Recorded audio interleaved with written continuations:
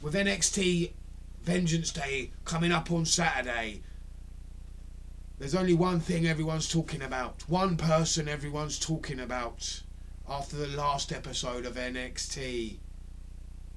And it could be the women's division, but it's not. As stacked as they are, as clear as they are of every other division, in my opinion, from Raw, SmackDown, wherever you want to talk about, this division is stacked. And there are so many women on that roster that should be moving up. Should be going up to Raw and SmackDown, because they are clear of the majority of those rosters. They are so much better. Look at the match with Cora Jade and Bayley.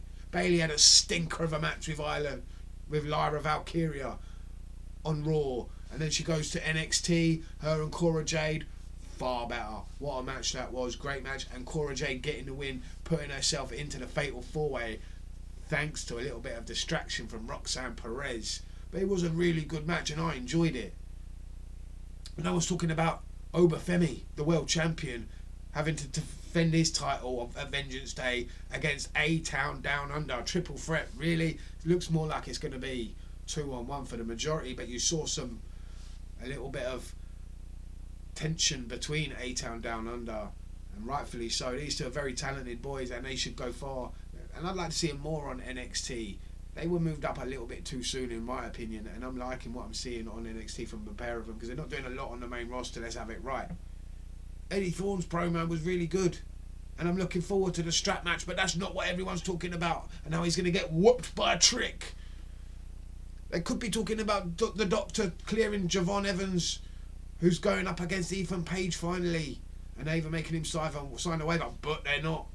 Hank Tank, no quarter catch crew, Yoshiki, Inamura and Josh Briggs bought it in a tag match, and Yoshiki, Inamura and Josh Briggs did impress me, and they're going up against Fraxiom, but that's not what everyone's talking about.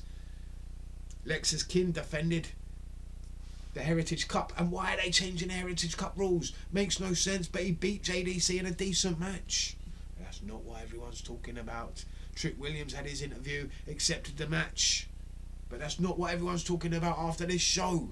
There's only one thing everyone's talking about, and another name has been added to that long list of Cody, Punk, Penta, Page, Spears, King. Now the revolution is here in NXT. Finally, he is free at last. Ricky Starks is in NXT, and thank God for that. I mean, look at that list of people I just named, and how better they are after leaving that company, coming to WWE. They are much bigger stars. Let's have it right. Cody, Punk, Penta, Page, Spears, King, all better off away from the kid. And Ricky Starks, in my opinion, is right up there with all of them. Right up there. He's got that potential to go far, and he knocked it out of the park on day one.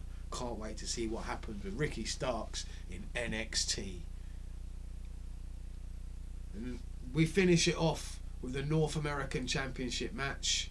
Tony D, Ridge Holland had a really good cage match. I enjoyed it, hard hitting. And we see a turn at the end. Izzy Dane turns on Tony D after he defends the championship against Ridge Holland. Here comes Spears, Vance and Jensen. The beatdown is on. Tony D's locked in the cage after Ridge Holland is fighting away, is battling outside with Tony D's boys, and they can't get back in the cage. It's locked up. Spears has locked it, and they beat the shit out of Tony D. Izzy Dane turns on him, and yeah, she chokeslams the hell out of Rizzo. NXT, what a show. Really enjoyed it. They're hyping it up. Wouldn't have minded this steel cage match maybe being at Vengeance Day. Other than that, this was a great show. Great show. Great way to lead in to Vengeance Day. And Ricky Starks has arrived. Let me know what you think down below.